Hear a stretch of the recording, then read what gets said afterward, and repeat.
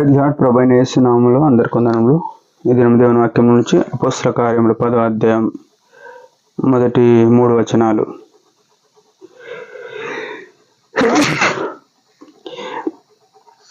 Italy పటాలమనబడిన పటాలములో శతాధిపతి అయిన కొర్నేలి అను భక్తిపరుడొకడు కైసరలో ఉండెను. అతడు తన ఇంటి వారందరితో కూడా దేవుని యందు భయభక్తులు గలవాడై ప్రజలకు బహుధర్మము చేయుచు ఎల్లప్పుడూ దేవునికి ప్రార్థన చేయుచుండువాడు. పగలు ఇంచుమించు 3 గంటల వేళ దేవదూత అతని యొద్దకు వచ్చి కొర్నేలి అని పిలుచుట దర్శనమందు తేటగా అతనికి కనబడెను. ప్రియమైన వాళ్ళారా, ఇక్కడ కొర్నేలి అనే వ్యక్తిని మనం చూడగలుగుతున్నాం. అంటే ఆయన పేరు కొర్నేలి. అయితే ఇక్కడ ఆయన విషయం ఏంటంటే, ఆయనకున్న హోదా, ఆయనకున్న స్థాయి ఏంటంటే, ఇటలీ అనే పటాలంలో ఆయన శతాధిపతి, అంటే 100 మంది మీద ఒక అధికారిగా ఉన్నాడు. ఆయన హోదా 100 మంది మీద అధికారం ఉన్న వ్యక్తి ఎట్లుంటాడు? ఎంతో గర్వంగా తలెత్తుకొని ఉంటాడు. ఎందుకంటే 100 మంది నేను చెప్పినట్టు వింటారు, నా అధికారం ఇది అని. ఒక ఎస్పీ లాగా, ఒక డిఎస్పీ లాగా ఆయన హోదాను బట్టి ఆయన ఎంతో ప్రౌడ్గా ఉంటాడు. కానీ ఈయన ఎట్లున్నాడంటే, ఎంతో స్పష్టంగా పరిశుద్ధాత్మ రాసినాడు, ఈయన భక్తిపరుడు. మొట్టమొదట ఆయన భక్తిపరుడు అంట. ఈనాడు క్రైస్తవులమైన యేసుక్రీస్తుని అంగీకరించిన మనకు భక్తి ఉందా అని ఆలోచన చేస్తే చాలా మందిలో తక్కువ ఉంటుంది.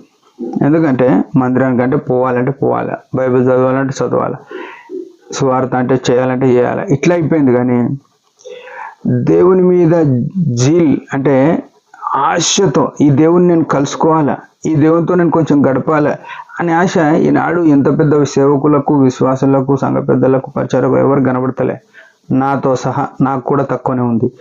ఉన్న ఆశ ఉన్న సమయం లేని దౌర్భాగ్యకరమైన దుర్దినాల్లో నేనున్నాను. నా పరిస్థితి ఉంది. సమయం ఇవ్వాలని ఆశ ఉన్నప్పటికీ చేయలేకపోతున్నాం. ప్రార్థన చేయలేం, ఆరాధన చేయలేం, వాక్యం చదవలేం. ఏదో యాదృచ్ఛికంగా పోవాలి కాబట్టి మందిరానికి పోతున్నాము, చదవాలి కాబట్టి ఒక అధ్యాయం పొద్దున్నే సాయంత్రం ఒక్కొక్క అధ్యాయం చదువుతున్నాం. అలసిపోయి ఉంటే అది ఏం చేయలేకపోతున్నాం. ఇట్లాంటి వ్యర్థమైన కుటుంబ ప్రార్థన లేదు, వ్యక్తిగతంగా దేవునితో గడపడం లేదు, భక్తి అనేది లేదు. పైకి భక్తిగా కనబడుతున్నాం చాలా మందికి. అందుకే పరిశుద్ధాత్ముడు రాసినాడు, పైకి భక్తి గలవారై ఉండి దాని శక్తిని ఆశ్రయించని వారు అని రాసినాడు. అంటే బయట చూసేవాళ్ళకి ఏమారే ఈయన చర్చిపోతాడు, ఈయన దేవుణ్ణి ఆరాధన చేస్తాడు, ఈయన ప్రార్థన చేస్తాడు, ఇట్లా అని ఉంది. కానీ భక్తి కనబడతాడు. ఈయన ఎట్లున్నాడంటే భక్తిపరుడు అయి ఉండి అతడు తన ఇంటి వారందరితో కూడా దేవుని యందు భయభక్తులు గలవాడై ఉండి. ఈ మాట మన జీవితంలో అండర్లైన్ చేసుకోవాల్సిన మాట. జీవితంలో చేసుకోవాలి, బైబిల్లో చేసుకుంటాం కానీ జీవితంలో చేసుకోవాలి. తన ఇంటి వారందరితో కూడా, మన ఇంట్లో ఎట్లుంటుంది, సేవకుడు ఉంటాడు, సంఘ పెద్దలు ఉంటారు, బాధ్యులైన సహోదరులు ఉంటారు. వాళ్ళు సంఘంలో మొత్తం రూలింగ్ చేస్తుంటారు, వాళ్ళ పిల్లలేమో రోడ్ల మీద రూలింగ్ చేస్తుంటారు, రోడ్ల మీద ఆడుకుంటారు. సంఘంలో పెద్దలుగా ఉన్నోళ్ళు, సేవకులుగా ఉన్నోళ్ళు, ప్రచారకులుగా ఉన్నోళ్ళేమో సంఘం అంతా మా కంట్రోల్లో ఉండాలి, మేము చెప్పినట్టు వినాలి, ఎవ్వరు మేము మమ్మల్ని దాటిపోవద్దు అని ఇట్లా కండిషన్లు, ఇట్లా షరతులు పెట్టుకొని బతుకుతారు, చెప్తుంటారు, సంఘం మీద రుద్దుతుంటారు.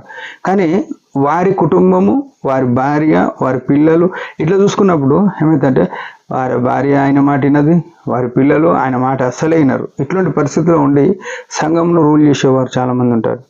అట్లాంటిది సరి అయిన క్రమం కాదు. ఒకవేళ నీ కుటుంబాన్ని నువ్వు సరిగా, అందుకే తిమోతి పత్రికలు అంటారు, నీ కుటుంబాన్ని నువ్వు సరిగా ఏలినప్పుడు నువ్వు సంఘంలో సేవ చేయొద్దు, ఏ రకమైన పరిచర్యని చేయొద్దు, దాన్ని వెనకకుండాలి అని చెప్తాడు.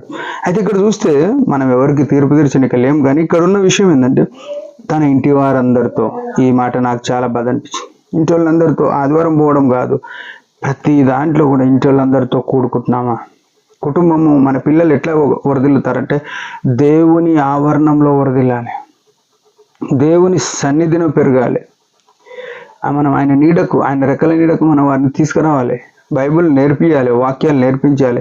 అందుకే ద్వితీయోపదేశకాండంలో 6వ అధ్యాయంలో నీ పిల్లలు కూర్చుండినప్పుడు, నడిచినప్పుడు, పడుకున్నప్పుడు, లేచినప్పుడు నువ్వు వాక్యం గురించి మాట్లాడాలి. ఇలా సెల్ ఫోన్ గురించి మాట్లాడుతున్నారు, సీరియళ్ళ గురించి మాట్లాడుతున్నారు, డ్రెస్సింగ్ స్టైల్ గురించి మాట్లాడుతున్నారు, చదువుల గురించి మాట్లాడుతున్నారు. కానీ వాక్యం గురించి ఎవరు మాట్లాడట్లేదు.